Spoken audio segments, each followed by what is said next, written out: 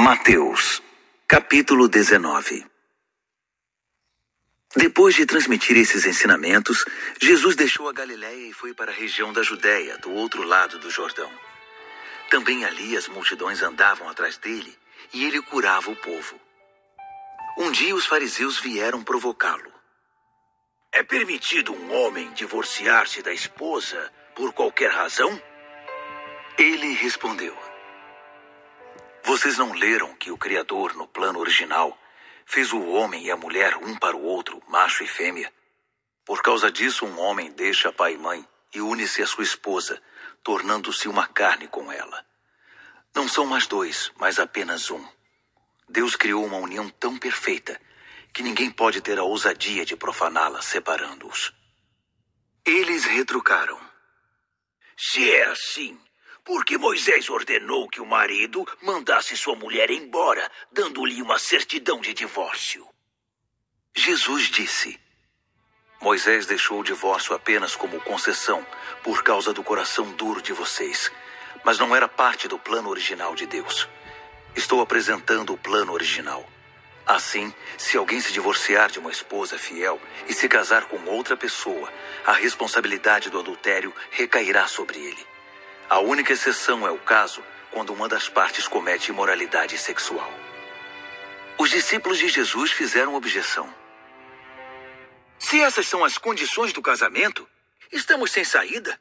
Por que se casar? Jesus respondeu: Ninguém é maduro o suficiente para viver a vida de casado. É preciso ter certa aptidão e graça. Casamento não é para qualquer um. Alguns, desde que nasceram, nunca pensaram em casamento. Outros nunca propõem nem aceitam. Outros ainda decidem não se casar por causa do reino. Mas se você é capaz de crescer até a grandeza do casamento, faça-o. Um dia, alguns estavam trazendo crianças a Jesus, na esperança de que ele as abençoasse e orasse por elas. Mas os discípulos deram uma bronca nessa gente. Jesus então interferiu. Não tentem afastar essas crianças. Não as impeçam de vir a mim. O reino de Deus é feito de pessoas que são como crianças. Depois de abençoá-las, ele partiu. Outro dia, enquanto Jesus caminhava, um homem o interrompeu e perguntou: Mestre, o que de bom devo fazer para alcançar a vida eterna? Jesus disse: Por que você me questiona acerca do que é bom? Deus é o único que é bom. Se você quer entrar na vida de Deus, basta fazer o que Ele manda. O homem perguntou: O que exatamente? Jesus disse: Não mate, não cometa adultério, não roube, não minta, honre seus pais e ame o próximo como a você mesmo. O jovem afirmou: Tenho feito tudo isso. O que mais? Jesus prosseguiu: Se quer mesmo dar tudo de você, venda seus bens e dê tudo aos pobres, toda a sua riqueza, então estará no céu. Depois venha me seguir. Aquela era a última coisa que o jovem esperava ouvir. Assim, abatido, ele se foi. Sendo muito apegado aos seus bens, não queria abrir mão de tudo. Enquanto observava o jovem afastar-se, Jesus disse aos seus discípulos: Vocês têm ideia de como é difícil para os ricos entrar no reino de Deus? Vocês não imaginam como é difícil. É mais fácil um camelo passar pelo fundo de uma agulha. Os discípulos ficaram chocados. Se é assim, quem tem chance? Jesus olhou bem firme para eles e disse: Ninguém tem chance, se pensam que conseguirão por esforço próprio. A única maneira é deixar Deus agir. Só Ele tem o poder de fazer. Pedro então lhe disse: Nós deixamos tudo para te seguir. O que ganharemos com isso? Jesus respondeu: Sim, vocês têm me seguido. Na recriação do mundo, quando o Filho do Homem reinará gloriosamente, vocês que têm me seguido irão governar, começando com as 12 tribos de Israel. E não apenas vocês, mas qualquer um que sacrificar o lar, a família, propriedades, qualquer coisa, por minha causa, terá tudo de volta, multiplicado 100 vezes, sem mencionar o prêmio da vida eterna. Essa é a grande inversão. Muitos dos primeiros terminando por último, e os últimos terminando primeiro. Mateus, capítulo 20. O reino de Deus é como o administrador de uma propriedade rural que saiu bem cedo de manhã a fim de contratar pessoas para trabalhar em sua vinha. Eles concordaram em receber uma moeda de prata por dia e foram trabalhar. Mais tarde, por volta das 9 da manhã, o administrador viu alguns desempregados andando pela praça da cidade. Ele lhes propôs que fossem trabalhar em sua vinha a um preço justo, e assim foram.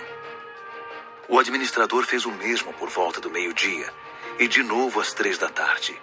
Às 5 horas ele saiu e ainda encontrou homens desocupados e perguntou a eles: "Por que estão aí o dia inteiro sem fazer nada?" Eles responderam: "Porque ninguém nos contratou." Então ele os contratou também para trabalhar na vinha. Quando o expediente terminou, o proprietário da vinha instruiu seu capataz: "Chame os trabalhadores e pague o salário deles. Comece com os que foram contratados por último e prossiga até os primeiros." Os que foram contratados às 5 horas da tarde vieram e cada um deles recebeu o mesmo valor acertado com os primeiros. Quando os que foram contratados primeiro viram isso, imaginaram que iriam ganhar mais. Contudo, receberam o mesmo valor. Revoltados, reclamaram com o administrador: "O último grupo trabalhou apenas 1 hora e você pagou a eles o mesmo que nós, que trabalhamos como escravos o dia inteiro, debaixo de um sol escaldante." Ele respondeu ao que falava em nome de todos: "Amigo, não foi injusto. Nós concordamos com esse valor, não concordamos? Então pegue seu dinheiro e vá embora. Decidi dar ao último grupo o mesmo que daria a você. Será que não posso fazer o que quero com o meu dinheiro? Você vai se mostrar mesquinho por eu ter sido generoso?" Aí está mais uma vez a grande inversão. Os primeiros terminando por último, e os últimos terminando primeiro. De volta à estrada, eles foram para Jerusalém. Jesus chamou os 12 à parte e disse: "Ouçam-me com atenção. Estamos a caminho de Jerusalém. Quando chegarmos lá, o Filho do Homem será entregue aos líderes religiosos. Eles irão condená-lo à morte e o entregarão aos romanos, que irão zombar dele, torturá-lo e crucificá-lo. Mas depois de 3 dias ele se levantará, vivo." Foi nesse momento que a mãe dos irmãos Zebedeu se aproximou, acompanhada dos 2 filhos, e ajoelhou-se perante Jesus com um pedido. "O que você deseja?"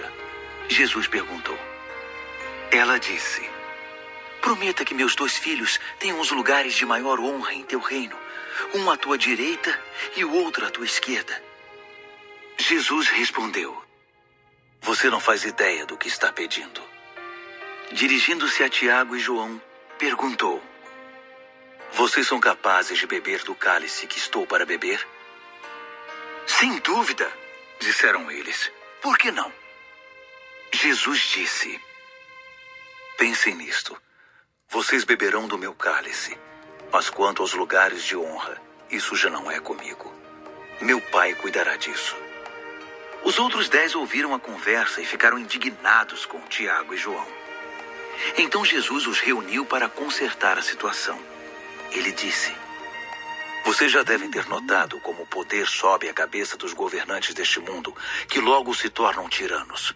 Vocês não devem agir assim. Quem quiser ser o maior deve se tornar servo. Quem quiser ser o primeiro deve se tornar escravo. É o que o Filho do Homem faz. Ele veio para servir, não para ser servido, e para dar a própria vida para salvar muita gente." Enquanto deixavam Jericó, uma multidão imensa os seguia. De repente, passaram por 2 cegos que estavam assentados à beira do caminho. Quando souberam que Jesus passava por ali, gritaram: "Senhor, tem misericórdia de nós! Misericórdia, filho de Davi!" A multidão tentava fazê-los calar, mas eles gritavam ainda mais alto: "Mestre, tem misericórdia de nós! Misericórdia, filho de Davi!"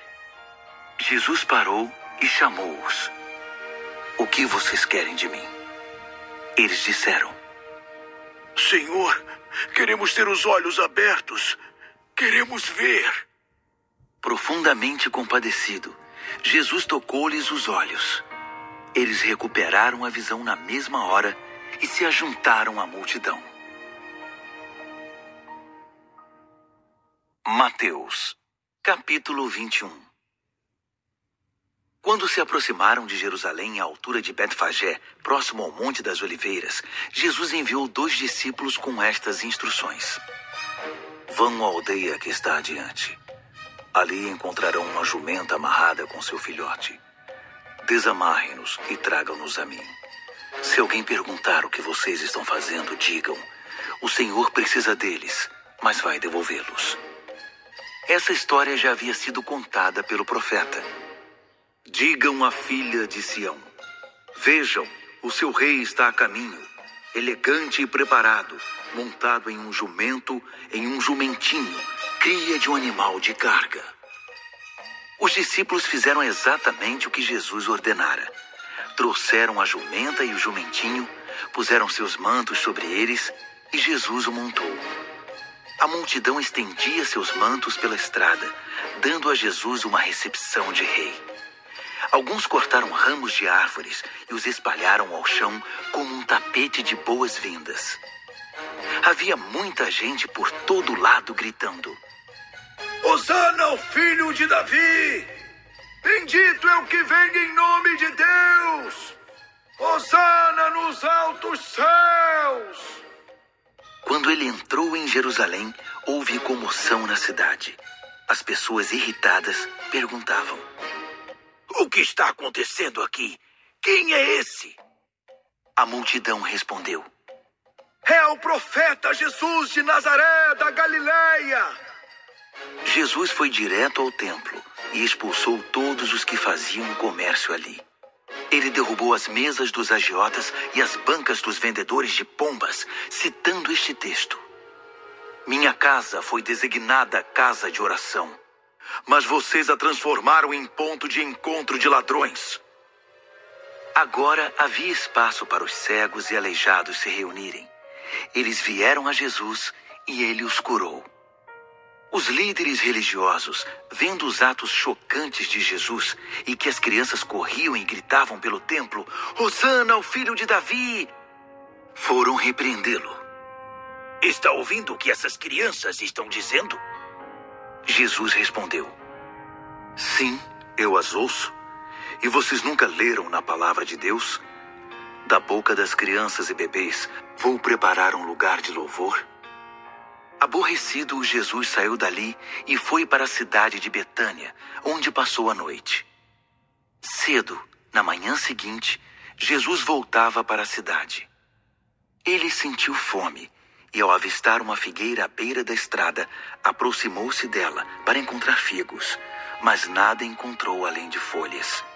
Então disse: nunca mais haja figos nesta árvore. A figueira secou no mesmo instante, completamente. Os discípulos que presenciavam a cena esfregavam os olhos e diziam perplexos: será que vimos isso mesmo? Uma árvore cheia de folhas ficou completamente seca num minuto. Jesus foi direto: sim. E se vocês abraçarem a vida do reino e não duvidarem de Deus, conseguirão fazer não apenas coisas pequenas como fiz a figueira, mas também vencerão grandes obstáculos. Aquela montanha, por exemplo. Basta ordenar: pule no mar, e ela obedecerá. Absolutamente tudo, do pedido menor ao maior que vocês incluírem na oração, será atendido, se vocês de fato confiarem em Deus. Logo depois ele estava de volta no templo ensinando. Então os principais sacerdotes e os líderes do povo exigiram: mostre-nos suas credenciais. Quem deu a você autoridade para falar e agir desse modo? Jesus respondeu: primeiro respondam a uma pergunta. Se a responderem, também responderei a sua. No caso do batismo de João, quem o autorizou? Deus ou os homens? Eles ficaram numa situação difícil e sabiam disso. Confusos, cochichavam entre si. Se dissermos Deus, ele vai perguntar por que não acreditamos nele. Se dissermos os homens, estamos em apuros, porque o povo tinha João na conta de profeta. Decidiram então dar a vitória a Jesus dessa vez. Não sabemos, responderam. Jesus concluiu: então, também não vou responder a pergunta de vocês. Digam-me o que pensam da minha história. Um homem tinha 2 filhos. Ele se dirigiu ao primeiro e disse: filho, vá trabalhar na minha vinha. O filho respondeu: não quero. Mais tarde pensou melhor e foi. O pai deu a mesma ordem ao segundo filho. Ele respondeu: mas é claro, com prazer. Mas nunca foi. Qual dos 2 filhos fez o que o pai pediu? Eles disseram: o primeiro. Jesus disse: sim, e digo a vocês que os malandros e as prostitutas entrarão antes de vocês no reino de Deus. João veio mostrando o caminho certo. Vocês viraram as costas para ele, mas os malandros e as prostitutas creram nele. Mesmo quando vocês viram a vida deles transformada, não quiseram mudar a de vocês também e crer nele. Vou contar outra história. Ouçam com atenção. Havia um homem, um rico fazendeiro, que plantou uma vinha. Cercou-a, fez um tanque de espremer as uvas, construiu uma torre de vigilância, arrendou-a aos lavradores e saiu em viagem. Quando chegou a época da colheita, ele enviou seus empregados para receber sua parte nos lucros. Os lavradores agarraram o primeiro empregado e o espancaram. O segundo foi assassinado. Eles apedrejaram o terceiro. O fazendeiro enviou outros empregados, mas eles receberam o mesmo tratamento. Já quase sem esperanças, decidiu enviar seu filho, pensando: meu filho eles vão respeitar. Mas quando os lavradores viram o filho do fazendeiro, esfregaram as mãos cheios de cobiça e disseram: esse é o herdeiro. Vamos matá-lo e ficar com a vinha. Então o agarraram e o mataram ali mesmo. Digam-me, quando o fazendeiro da vinha voltar, o que acham que ele vai fazer com os lavradores? Vai matá-los, vai se livrar dessa gente. Depois arrendará a vinha a outros que irão dividir os lucros com ele quando chegar a hora. Jesus respondeu: e vocês podem confirmar nas Escrituras. A pedra que os pedreiros rejeitaram é agora a principal. Isso é obra de Deus. Nós esfregamos os olhos custando a crer nisso. Assim é com vocês. O reino de Deus será tirado de vocês e entregue a pessoas que viverão plenamente a vida do reino. Quem tropeçar nessa pedra será despedaçado, e aquele sobre quem a pedra cair ficará esmagado. Quando os líderes religiosos ouviram a história, entenderam que o recado era para eles.